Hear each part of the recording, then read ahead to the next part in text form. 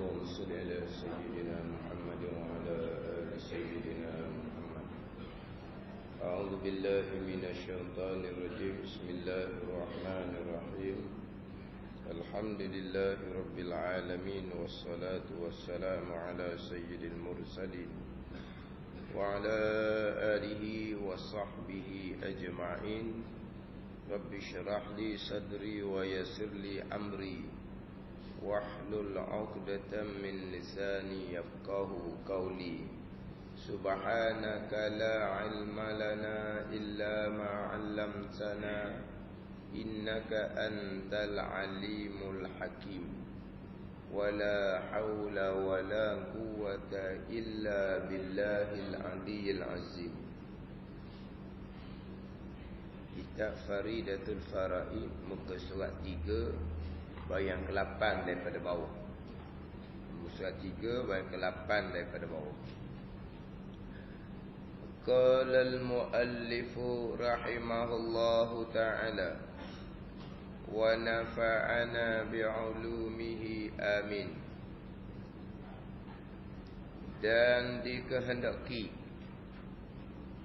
dengan mengikut dan menerima itu, dikehendaki mengaku lidah dengan barang yang tersebut itu, barang yang tersebut yakni barang yang mendatang dengan dia oleh Nabi sallallahu alaihi wasallam daripada segala barang yang diketahuikan daripada agama dengan darurat, dan tiada menolakkan dia, tiada menolakkan barang yang tersebut, dan jika tiada diamal akan dia, akan barang tersebut sekalipun, contohnya tidak beramal seperti meninggal ia akan sembahyang dan umpamanya selama-lamanya, tak pernah solat pun selama-lamanya, masih lagi termasuk di kalangan orang Islam. Dan dikehendaki, dikehendaki ni kalau biasanya kok disebut murad. Murad kalau tu biasa ceramah, murad pengarang, murad kitab. Murad ni yang dikehendaki lah. Kalau dulu-dululah, sekarang ni orang biasa dengar dah. Tu daripada Fatani, baba daripada Fatani buat ceramah di tempat kita. Kalau mereka mula-mula dulu kok, di antara biasa tu sebut, yang kita jadi apa benda tu kata tu, murad lah. Murad musannif dia panggil, murad pengarang. Iyalah macam kita lah, kita bercakap tu. Awak cakap tu maksudnya apa sebenarnya? Maksud murad yang dikehendaki sama lah tu. Cakap saya tak faham tu. Awak maksudnya apa? Kehendak awaknya apa sebenarnya? Cakap tu tak faham gitu, pelik. Atau mana apa? Yang dikehendaki maksud ataupun biasa tu cakapnya murad. Murad pengarang. Pengarang tidak murad seumpama tu. Mana apa pengarang bukan maksud gitu. Kita salah faham. Tapi oleh kerana murad ni bahasa Arab, bagi kita kok sebut murad ni jadi bukan dalam kaum Melayu pun tak ada. Bukan bahasa Melayu, bahasa Arab. Bahasa Melayunya murad adalah perkara yang dikehendaki. Itu murad. Jadi dan dikehendaki oleh pengarang kitab kita ni, Syekh Ahmad Al-Fatani, dikehendaki dengan mengikut dan menerima itu. Apa dia mengikut dan menerima? Dan dikehendaki oleh pengarang kitab. Dikehendaki dengan apa tu? Dengan mengikut dan menerima. Dengan kata pengarang kitanya, mengikut dan menerima. Apa dia ni mengikut dan menerima ni?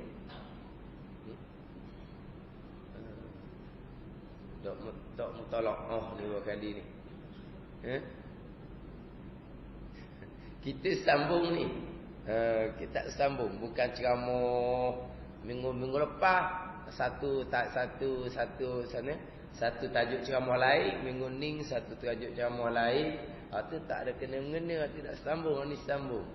Sambung minggu lepas. Apa pembicaraan kita minggu lepas? Minggu lepas pembicaraan berkaitan dengan takrif Islam. Takrif Islam dalam kitab kita ni, bermula Islam itu mengikut dan menerima. Sekarang ni apa maksud mengikut dan menerima tu? Jadi gitulah. Mengikut dan menerima ni. Adakah mengikut dan menerima dengan makna ya kan? Ya lah. A lah, B lah. Tu mengikut menerima. Ataupun mengikut menerima ni buatlah. Dah kalau ya, Tuhan kata wajib ya, buatlah. Tuhan kata haram ya, tinggallah. Adakah makna mengikut menerima tu buat segala perintah, meninggalkan segala larangan? Apa makna mengikut dan menerima? Hak takrif Islam. Mengikut dan menerima oleh zahir seseorang. Mengikut menerima akan apa? Akan barang yang mendatang dengan dia, dengan barang oleh Nabi sallallahu alaihi wasallam. Barang yang Nabi bawa ni apa? Agamalah. Barang yang mendatang akan barang oleh Nabi sallallahu alaihi wasallam. Panjang. Mana kita kata kok Islam ni mengikut dan menerima secara zahir akan agama. Kata. Tapi agama yang Nabi kita bawa ni 23 tahun. 23 tahun. Hak agama Nabi bawa ni, agama hak mana ni? Hak agama daripada barang yang diketahui dengan dia, daripada agama dengan darurah. Jadi perkara agama yang Nabi bawa datang ni selama 23 tahunnya banyak. Yang kitanya belajar sikit-sikit je. Bukan kata kita tahu semua. Bahkan hak wajib tahu pun tak tahu semua lagi. Hak wajib fardu ain kita tahu. Sebab perkara agama Nabi bawa ni, ada hak wajib fardu ain kita tahu, ada hak wajib fardu kifayah kita tahu, ada hak sunat kita tahu. Faham tak? Hak perkara agama Nabi bawa ni. Bukan kata perkara agama ke semua ni kita tak tahu belaka. Hak wajib fardu ain kita tahu pun. Tak habis juga hak kita tahunya. Kenapa ni? Hak kita tahunya sikit sangat. Jadi yang kita kena terima, kena mengikut dan menerima perkara agama mana ni? Perkara agama yang diketahui secara darurah, secara latah, secara mudah, secara terang. Tak ngaji banyak pun orang tahu. Hak ni hak Nabi bawa. Mana kewajipan solat orang tahu belaka. Budak-budak pun tahu. Orang kafir bukan Islam pun tahu. Orang Islam kita ni wajib sembahyang. Kewajipan puasa orang tahu belaka. Kewajipan zakat orang tahu belaka. Kewajipan haji bagi orang yang berkemampuan, yang ada kekuatan orang tahu belaka tu. Perkara agama tu orang tahu belaka. Haram judi, haram zina orang tahu belaka tu. Ni perkara ni kena terima. Manapa menimbulkan kita di hadapan. Berkaitan dengan kewujudan malaikah orang tahu belaka. Ini kewujudan malaikah, ini dibawa datang oleh Nabi sallallahu alaihi wasallam dalam ayat-ayat Quran dan dalam hadis-hadis Nabi sallallahu alaihi wasallam. Orang tahu belaka. Berkaitannya akan berlakunya qiyamah. Orang tahu belaka.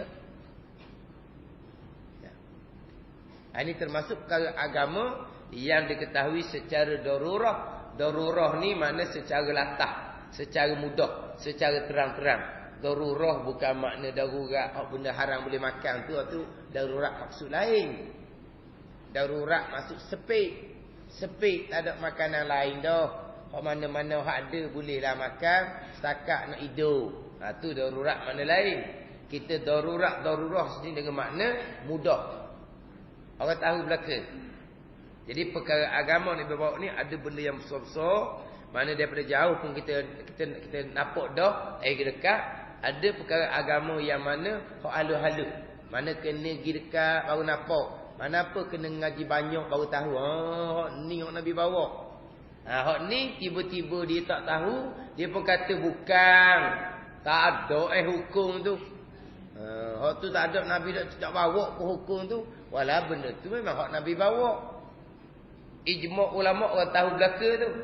Tapi dah dia ngaji tak banyak, tak tahu perkara tu, tiba-tiba dia pun tak terima. Batal dak Islam dia. Dak. Gitu. Hak dosa tu berdosalah. Batalnya tidak. Sebab orang Islam mengikut dan menerima perkara agama hak besar-besar tu. Hak orang tahu belaka. Kemudian mengikut menerima ni maksudnya apa? Mengikut menerima perkara agama dengan makna terima tanpa buat ataupun terima serta dengan buat, baru dipanggil mengikut dan menerima. Apa maksud pengarang dengan kata takrif Islam mengikut dan menerima? Dan dikehendaki dengan mengikut dan menerima itu, hak dalam takrif Islam tu ialah mengaku lidah dengan barang yang tersebut itu. Barang tersebut mana? Barang yang dibawa datang oleh Nabi daripada perkara agama yang diketahui secara mudah, secara darurat. Mana apa? Mengaku lidah dengan barang tersebut. Mengaku lidah macam mana? Secara zahir kita terima wajib, kita terima perkara ni haram. Ini mengaku lidah. Mengaku lidah dan tiada menolaknya.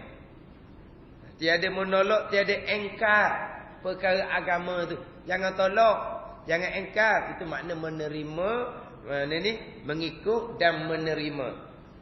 Tiada menolak, tiada engkar. Kalau tolak, engkar, tak wajib solat contohnya. Tak wajib puasa bulan Ramadan contohnya. Zakat tak wajib bayar. Bayar benda zakatnya.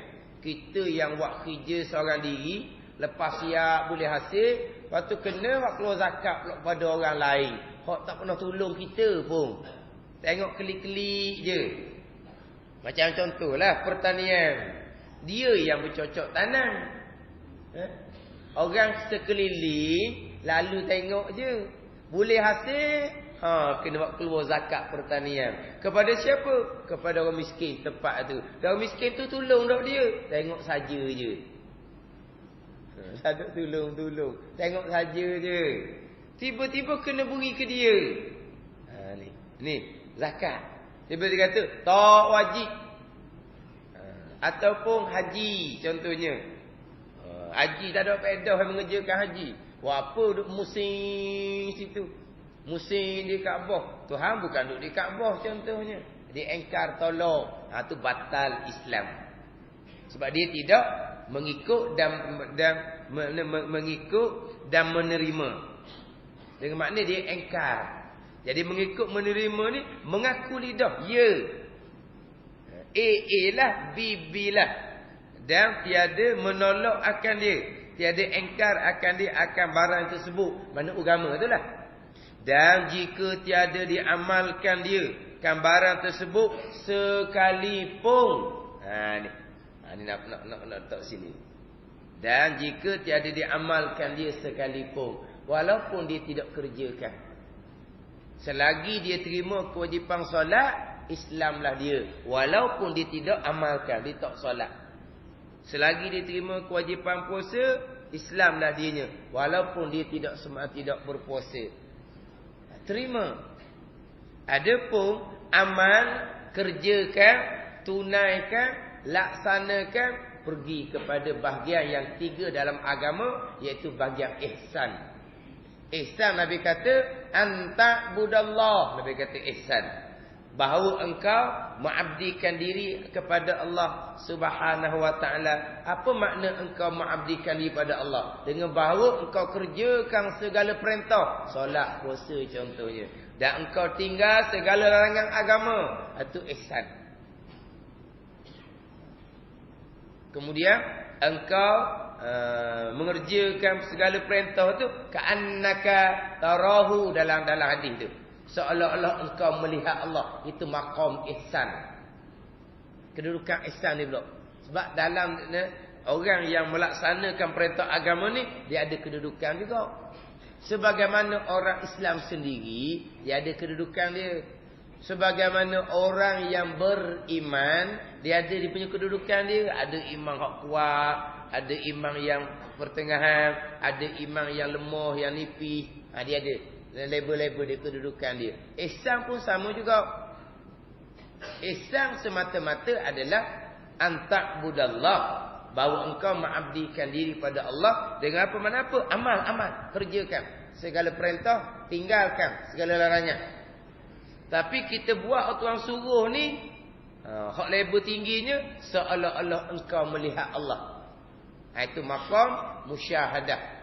Itu maqam aulia, melihat Allah dengan basirah. Orang siapa tahap ni tak boleh berhenti buat ibadat. Berhenti buat ibadat ni macam ikan keluar daripada air, tak boleh nak hidup. Sebab apa? Sebab basirah mereka sentiasa memandang Allah Subhanahu wa taala. Ibadat mereka pun dengan zauk dah, bukan dengan rank tenaga zahir dah. Tak sedap pelik lah. Macam mana aulia solat ratus-ratus rakaat, matilah dia. Itu kalau ke rank kita.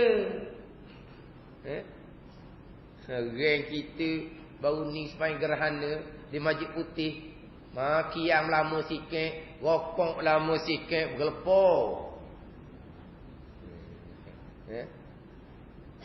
Semai tak gerhana baru ni? Hari Rabu lah kami minggu lepas.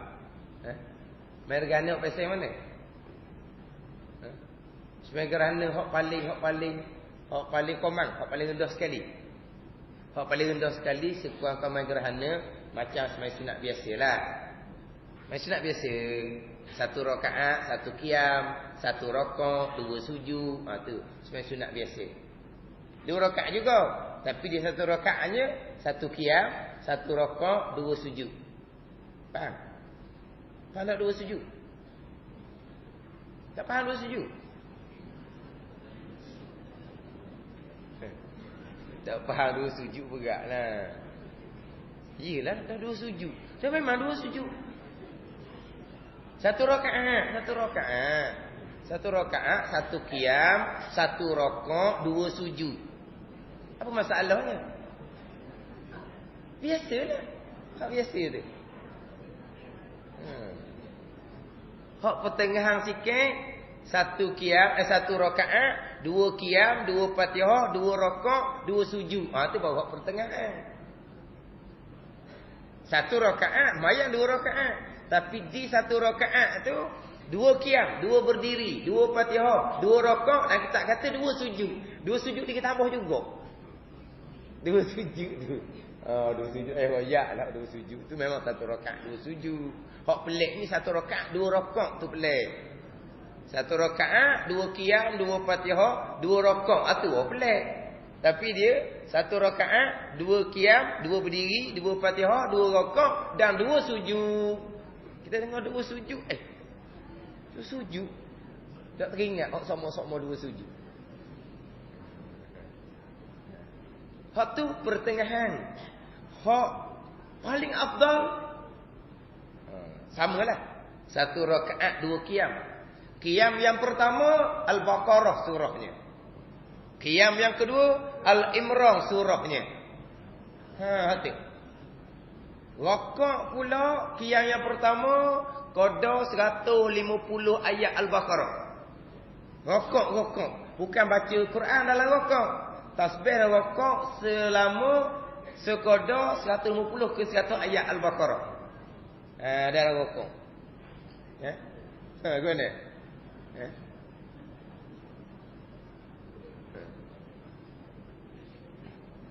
Makna kalau gerhana tu 4 jam, 5 jam, mula gerhana, mula solat, hilang gerhana, barulah beri salam. Tu baru semai gerhana sungguh. Gerhana sungguh. Senyum. Hak Masjid Putih buat baru ni tu daklah siapa gitu. Tapi memanglah dia qiyam yang pertama kedua tu dibaca surah yang lengkap lah. Tapi bukan ambil Al-Baqarah. Surah belakang tu 2-3 muka surat je sesurahnya, bukannya panjang. Dia tak ambil Al-Baqarah, tapi panjang situnya. Tapi tak apalah panjang, dia baca sedap. Hak tak tahannya rokok tu. Oh, rokok berat. 20-30 tasbih juga mengkali. Kena kita sekali Allah letih. Dah kita buat amal ibadat dengan reng je. Tak ada dia punya zuk dalam tu, tak ada. Ada pun orang sampai maqam musyahadah, dia buat ibadat bukan dengan reng tenaga ni tau. Hati bersama dengan Allah Subhanahu wa taala. Jadi kalau kata solat ratus-ratus rakaat, kita nilai dengan reng kita, memang kita rasa tak logik. Tak logik. Tarawih 20 rakaat bulan Ramadan, bulan yang penuh dengan gandaan tu pun 20 rakaat tu pun lapang lagi dah. 20 rakaat bulan Ramadan tu. Bulan Ramadan. Ini kisah aulia ni dia tak berkait dengan bulan. Sebab dia buat amal semata-mata kerana Allah, bukan kerana bulan. Kita buat amal kerana bulan Ramadan. Sebab kita nak pada gandaan pahala, nak upah banyak. Kita nak upah banyak ni macam kita dengan majikan lah. Kalau majikan kata kerja hari ni gaji ganda, biar public holiday dak public holiday tu kerja. Sebab apa? Ganda, double, triple. Sebab majikan tawar gaji. Jadi oleh kerana Allah Ta'ala tawar bulan Ramadan ni, kita pun ganda amal ibadat. Sebab apa? Sebab nak pahala. Itu bukan hamba dengan tuan, itu pekerja dengan majikan. Itu kita tak ada salah. Bukan kata salah, tapi amal bahasa ni dak gok. Nak boleh kerapat 20 rakaat tu bulan Ramadan dah tu.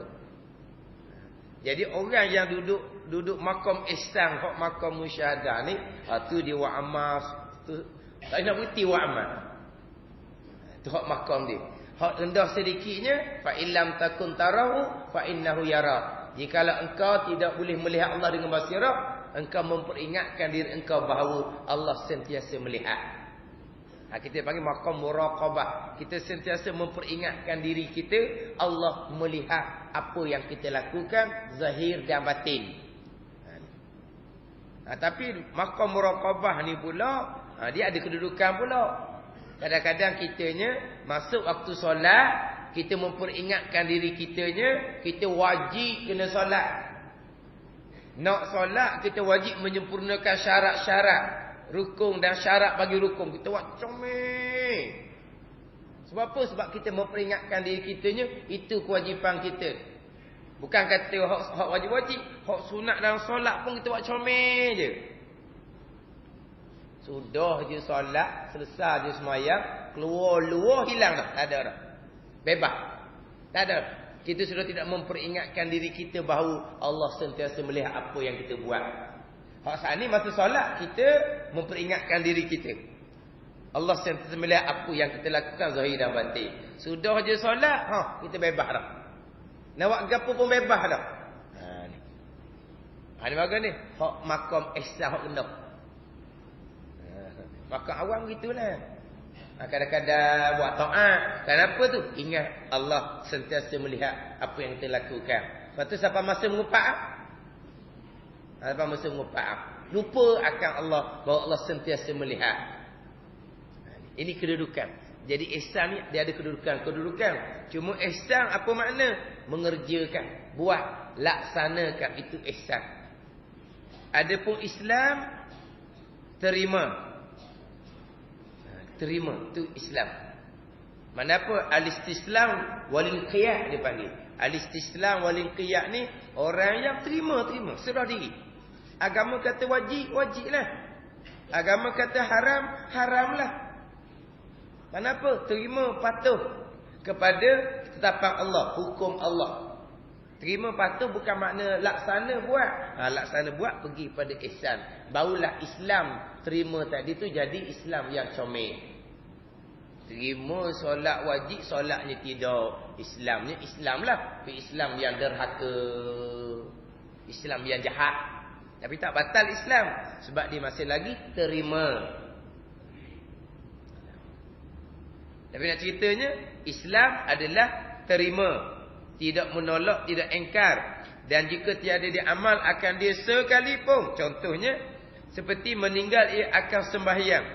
Dan umpama sembahyang selama-lamanya, tak pernah sepanjang hayat dia sembahyang, tak pernah sepanjang hayat dia puasa, masih lagi dihukumkan sebagai orang Islam selagi dia terima hukum wajib sembahyang, hukum wajib puasa. Kalau dia tak terima, dia engkar, dia tolak wajiban solat, kafir dan murtad wal-iyazubillah. Tapi selagi dia terima, dia tak kata apa, maka dihukumkan sebagai orang Islam.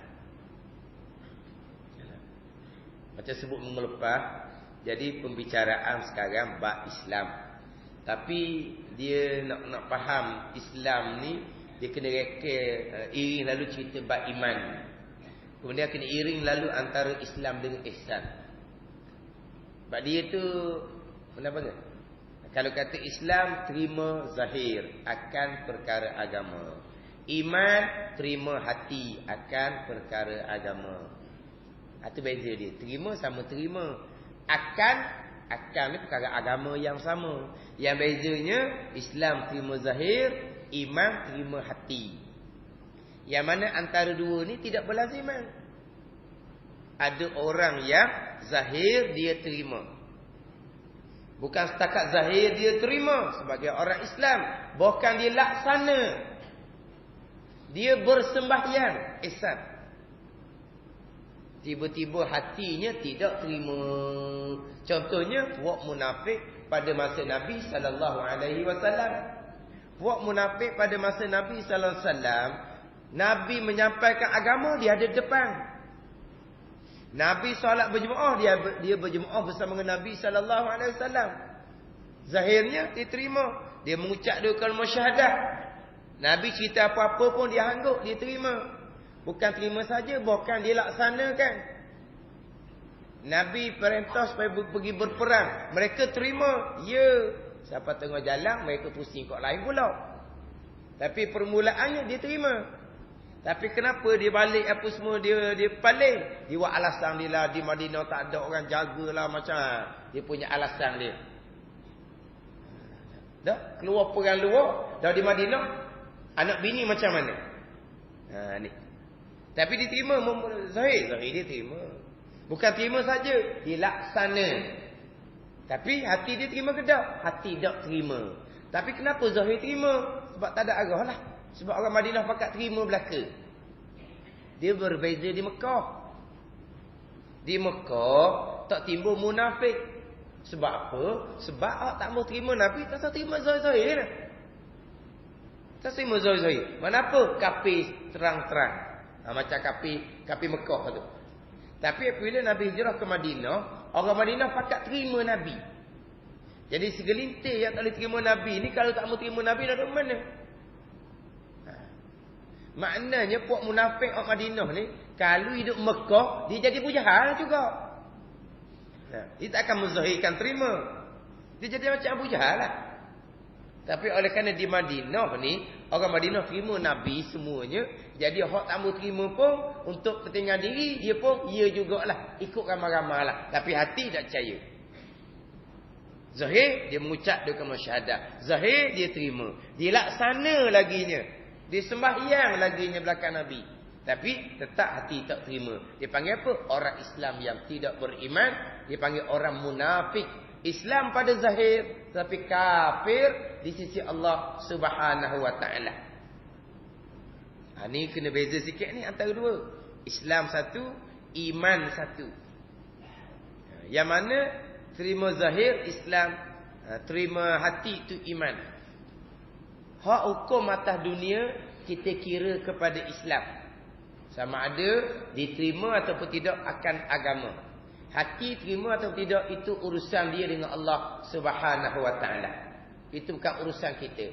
Umirtu an ahkuma bizawahir wallahu yatawallas sarair. Nabi kata, diperintah akan daku hukum hak zahir je. Hak dalam itu urusan Allah Subhanahu wa ta'ala, bukan urusan kita. Bukan urusan kita.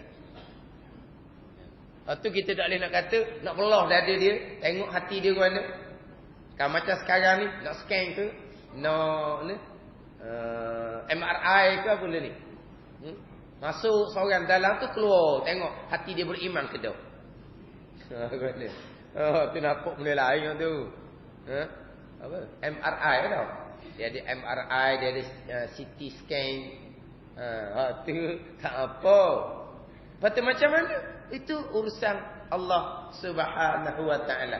Kita tidak diperintahkan untuk usur dalam hati perut mereka.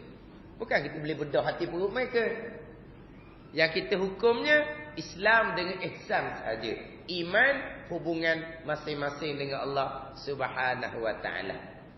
Tapi antara terima zahir dengan terima hati, Islam dengan iman ni dia tidak berlaziman. Terima zahir tapi hati tidak percaya, itu orang munafik. Mana kafir di sisi Allah Subhanahu wa taala. Mana orang munafik ni kafir. Sebab tu kita tidak boleh mudah-mudah nak menuduh orang munafik. Sebab menuduh orang munafik ni makna menuduh orang kafir. Sebab munafik ni kafir. Tapi kafir di sisi Allah. Tak kafir di sisi hukum dunia. Di sisi hukum atas dunia, hukum dia sebagai orang Islam. Sebab tu orang munafik selamat hidup bersama dengan Nabi sallallahu alaihi wasallam. Boleh berkahwin sesama orang Islam. Mati jenazahnya disempurnakan sebagaimana orang-orang Islam yang lain. Sebab apa? Sebab kita hukum atas dunia, hukum berpandukan kepada zahir. Sama ada dia orang Islam ataupun orang murtad ataupun orang kafir. Masalah beriman ke munafik ke, itu hubungan masing-masing dengan Allah. Itu bukan pembicaraan kita. Tapi nak cerita orang munafik ni orang kafir. Lepas tu kita tak boleh tuduh orang munafik. Melainkan kalau kita kata munafik amali, itu cerita lain. Munafik amali. Contoh munafik amali ni perangai orang pura-pura. Nifak ni orang pura-pura. Hak munafik i'tiqadi ni dia pura-pura menzahirkan Islam. Macam hak munafik pada masa Nabi itulah. Semayang berjemaah di belakang Nabi sallallahu alaihi wasallam. Tapi kalau duduk rumah tak semayang Lepas tu Nabi cerita nak bakar rumah tu. Orang yang tidak hadir berjemaah. Bukan kerana tak hadir berjemaah. Kerana tak solat. Itu pandangan dalam mazhab Syafi'i kita.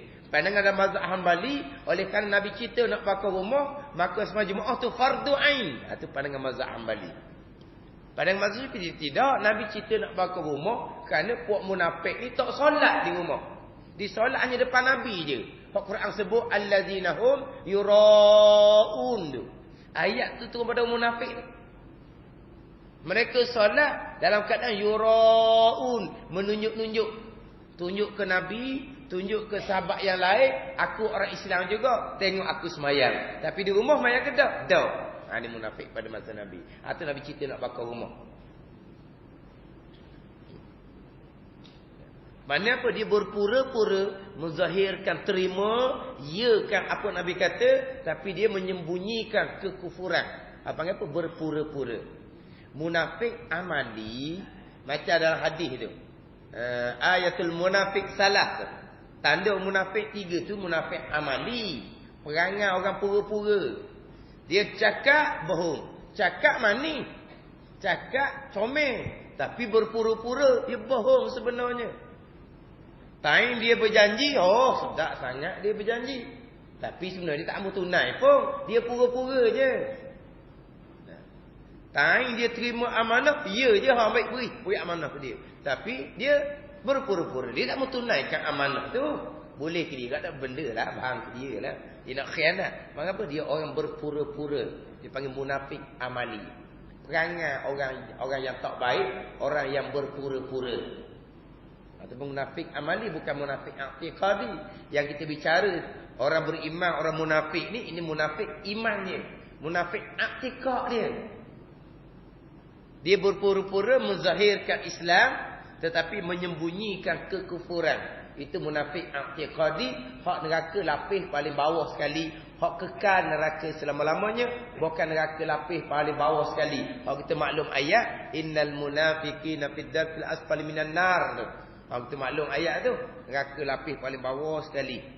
Lebih bawah daripada Abu Jahal, Namrud, Fir'aun lagi. Hak kafir terang-terang tu. Itu munafik i'tiqadi. Yang kita kata cakap bohong, mukir janji, khianat amanah, awak kekal neraka, jangan buat tu. Ada pernah orang bawa dia kata kalau ada satu daripada tiga tu dak kafir lagi, dia kata tak munafik lagi. Tapi kalau di seorang orang tu bohong pun dia, mukir janji pun dia, khianat amanah pun dia, ni munafik, hak kafir, hak kekal neraka selama-lamanya. Dia huru rakat tu. Itu bukan ahli sunnah balas tu. Memanglah cakap bohong tu haram. Mukir janji tu haram. Benda ni khianat amanah tu haram. Tapi tak jatuh hukum kafir. Melainkan kalau dia menghalalkan. Menghalal terpanggil engkar. Engkar haram bohong, engkar haram mukir janji. Itu bukan orang Islam dah jadi dia engkar. Tapi semata-mata dia bohong, dosalah dianya. Tapi bukan kafir. Munafik i'tiqadi, Abdullah bin Ubay itu contohnya, itu orang kafir di sisi Allah.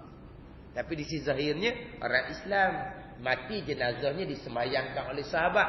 Nabi je dilarang pergi solat. Tapi jenazah Abdullah bin Ubay dikapangkan dengan jubah Nabi sallallahu alaihi wasallam. Tapi tak ada guna apa pun sebab dia kafir. Tapi kafir di sisi Allah Subhanahu wa taala, Islam di sisi hukum zahir.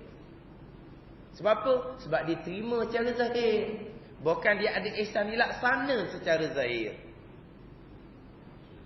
Ini kena beza ni. Kalau tak faham sini, pernah orang yang menyampai agama, dia kata orang kafir kita tak boleh kata kafir, dia kata. Tengok tu, orang munafik kafir tapi kita tak boleh kata dia kafir. Apa beza? Orang kafir kata kafir lah. Mana kafirnya? Orang yang batal Islam dia, kita kata kafir lah. Dan orang munafik kita kata kafir. Orang munafik memang kita kata kafir. Tapi siapa munafik kita tak nak kata. Orang munafik memang kafir.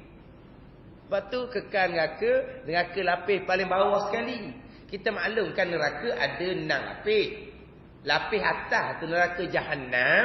Neraka Jahannam sahaja yang akhirnya akan dibinasakan oleh Allah. Hak kafir neraka 6 lapis itu kekal. Neraka lapis atas, neraka Jahannam je tak kekal, dikharapkan, dibinasakan oleh Allah.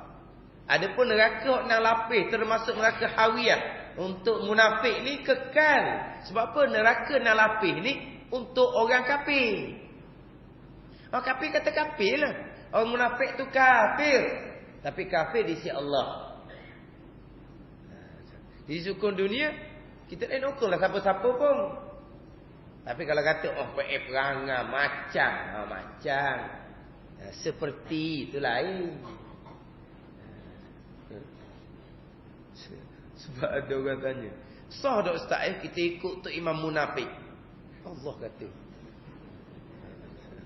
sah tak ikut tu imam munafik?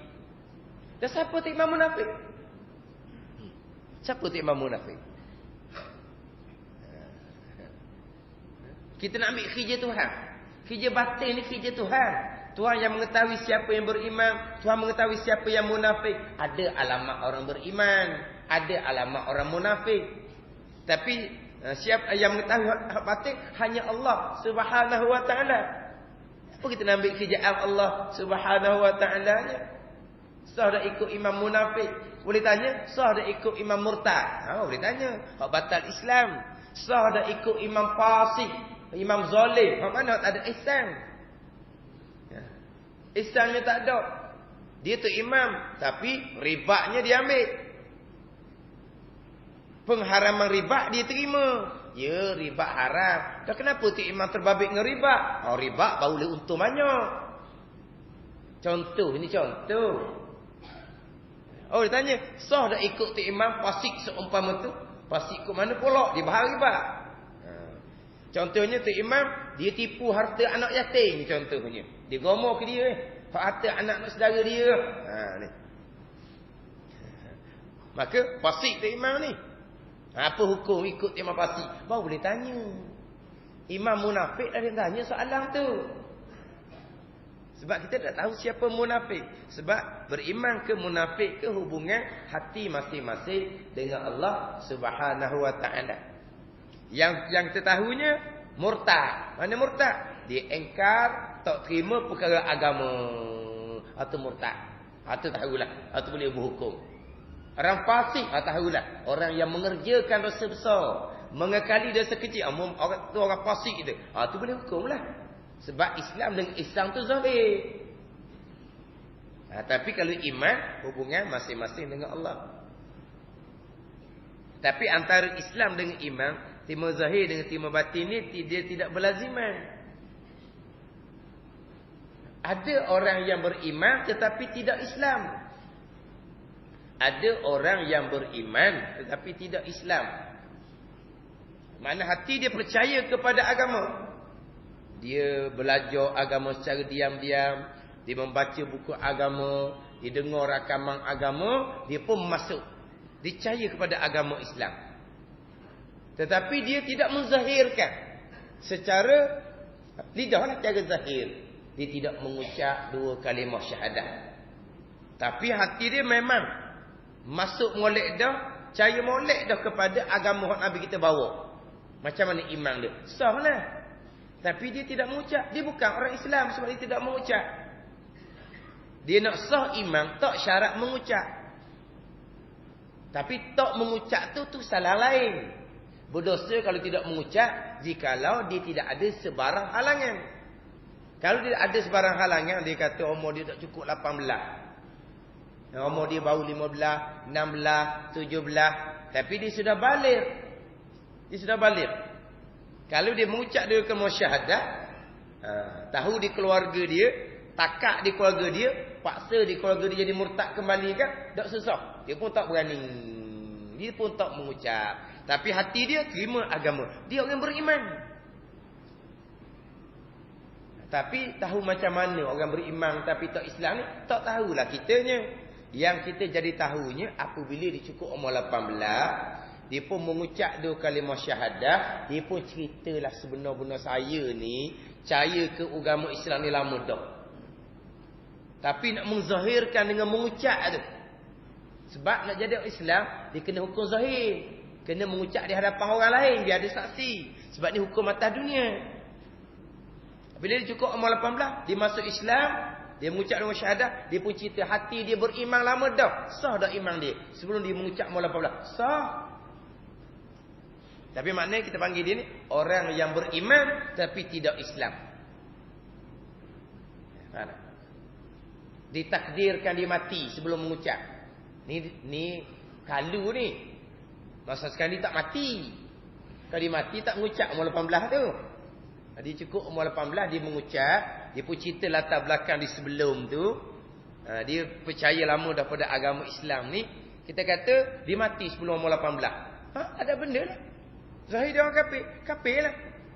Apa tu? Macam orang kafir lah. Hak mana bakar lah. Gitu je lah. Tapi di sisi Allah, dia orang yang beriman, ahli syurga. Maknanya ada orang yang beriman tetapi tidak dihukumkan sebagai orang Islam. Dia ada halangan dia untuk menzahirkan di Islam dengan mengucap 2 kalimah syahadah.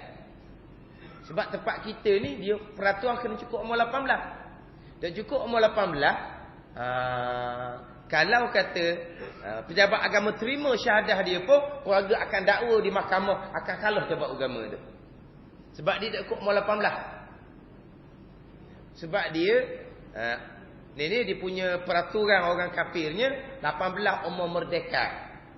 Orang kafir dia 18 disambut. Remaja-remaja orang kafir ni umur 18 disambut. Sambut umur kemerdekaan. Merdeka dah. Kita dalam agama kita kira kepada baligh. Kalau anak kafir ni baligh umur 10 tahun barunya baligh dah. Misalnya, kalau dia mengucap dia kalimah syahadah, diterima dah lah sebab dia sudah baligh.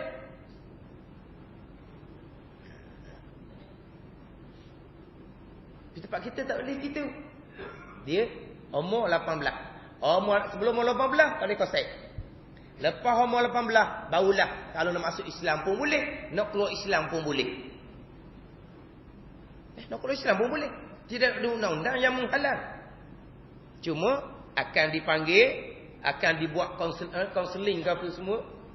Tapi kalau dia berkerah juga, tambah pada Islam, tidak ada undang-undang yang boleh menyekat. Tidak ada undang-undang yang boleh menyekat. Umur 18. Cuma kalau timbul nak keluar daripada Islam, maka dia ada tindakan. Tindakan tu setakat satu kaunseling je.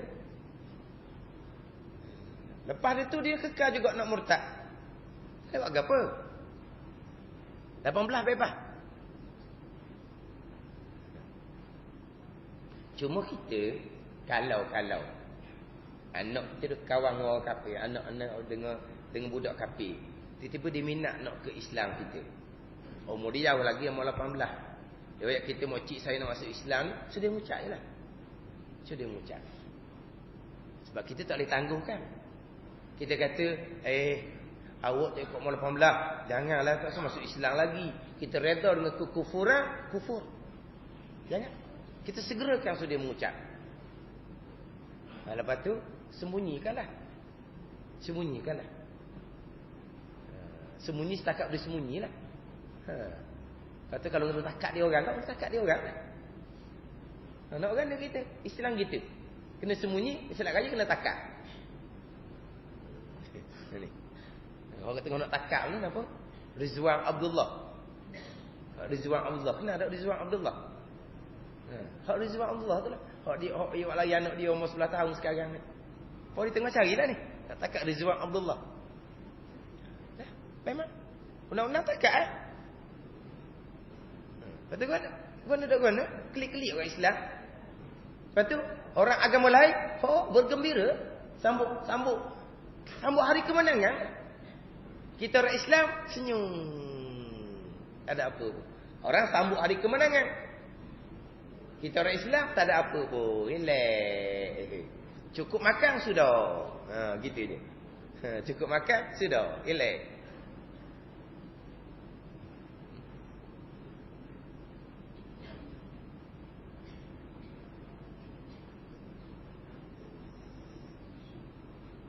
Lepas daripada hak ni, timbul pula hak lain pula. Hak lain. Hak kalau kira sama-samalah dah bercerai dah. Yang isteri yang bukan Islam ni dikahwin dengan pasangan dia. Suami hak Islam ni berkahwin dengan pasangan dia, masing-masing anak ada anak masing-masing. Satu kes itu seorang ikut sebelah mak, seorang ikut sebelah ayah. Kekal lagi tu. Maknanya tak langsung ada hubungan pun baik. Tiba-tiba timbul pula hak agama asal kafir ni dia nak ambil balik hak dengan ayah. Sebab apa? Dan nampak dah menang hak agama asal hak kafir tu menang. Dulu dia dah nampak payah nak berlawan ni, tak apalah. Boleh seseorang tak apalah. Tanya anak tu besar dah sikit, umur berapa tahu, tanya anak puan nak ikut mak lagi. Pergi dengan mak. Anak lelaki nak ikut ayah, pergi ikut ayah jadi Islam. Sekarang ni nak tu balik dah ni. Sebab apa? Sebab dia boleh menang. Akhirnya menyebabkan orang yang bukan Islam takut nak masuk Islam. Takut dah lah. Masuk Islam, anak tak boleh konsep. Macam mana kita ayah, kita mak nak masuk Islam tapi hilang anak? Macam mana? Masuk Islam boleh, orang masuk kan? Anak, orang tak boleh konsep. Mana? Jadi orang kafir nak masuk Islam ni macam mana? Kalau kehilangan anak seumpama tu, berani nak masuk Islam? Tu mana mocik-mocik? Kita tahu kisah ni. Hai, dia tahu kisah nanya. Jangan gitu. Ini bab akidah, bab agama. Bukan benda main-main. Orang kafir bergembira dengan kemenangan mereka. Kita orang Islam relax je. Dan benda ni akan berpanjangan. Ini sebagai satu contoh, satu semangat bagi mereka.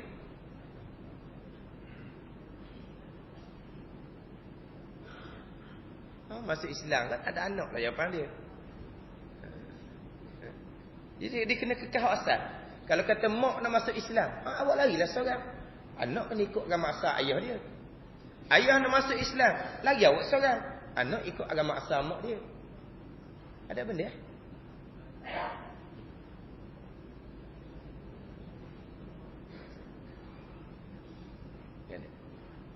Cuma terbalik tadinya, kalau kita ada orang bukan Islam nak masuk Islam, kita kena ajar je. So dia mengucap. Lepas tu masalah tu kena sembunyi. Kalau pergi pejabat pun, pejabat terima tak terima tu Allahuakbar. Dia sepatutnya kena terimalah. Tapi kena secara tersembunyi.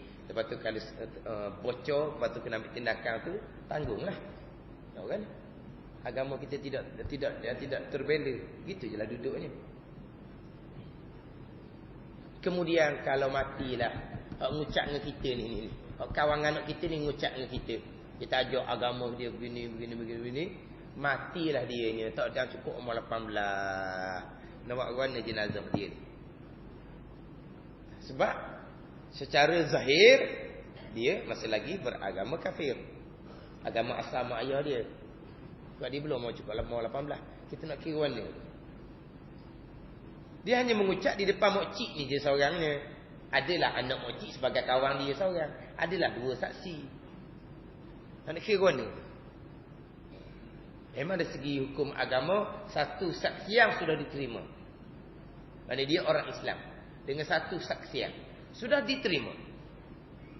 Tapi dengan hak negara kita tu, diterima tak terima tak tahu sebab tidak ada surat. Tidak ada surat, tidak ada register, tidak ada. Sebab boleh cukup umur 18. Kata macam mana negara kita, wallahualam lah. Tapi kita naik saksian bahawa budak ni balik dah, dia masuk Islam dah, mengucap depan saya dah. Ada saksi seorang 2 orang ni. Kita bawa kata. Lepas tu diterima tak terima tak tahu lah. Dari segi agama terima. Dia sudah orang Islam. Tapi dari segi register surat, tidak ada sebab belum cukup umur 18.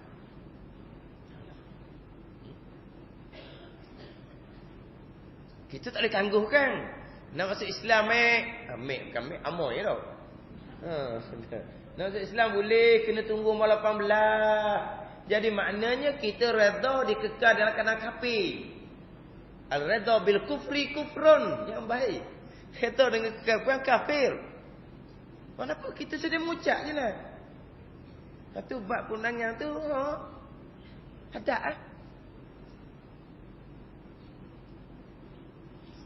Kalau saya cerita tadi tu, dia tak ada oyak ke siapa-siapa. Dia tak ada oyak ke siapa-siapa. Dia tak berani nak cakap dengan siapa-siapa. Tapi dengan pembacaan dia, dengan pembelajaran dia yakin dah pada agama. Saya dengar tak dengar di Aikim tu, satu selok tu, orang mu'allaf yang dia cerita dia punya sejarah asal dia. Yang jadi tertarik pada Islam ni macam mana, mari daripada perkara mana kan. Kan sedap dengar dia punya ceritaan tu. Ada satu selok sebelah petang, hari Rabu ke Khamis gitulah. Cerita mu'allaf, sejarah dia, asal usul dia jadi masuk Islam. Jadi macam-macam. Yelah kadang-kadang dia membaca dia apa, dia yakin pada agama. Tapi oleh kerana halangan umur dia umur 18, dia tak berani nak asyhadu secara zahir. Islam ni kena zahir. Tapi dia percaya kepada agama dah, beriman. Tapi bukan orang Islam.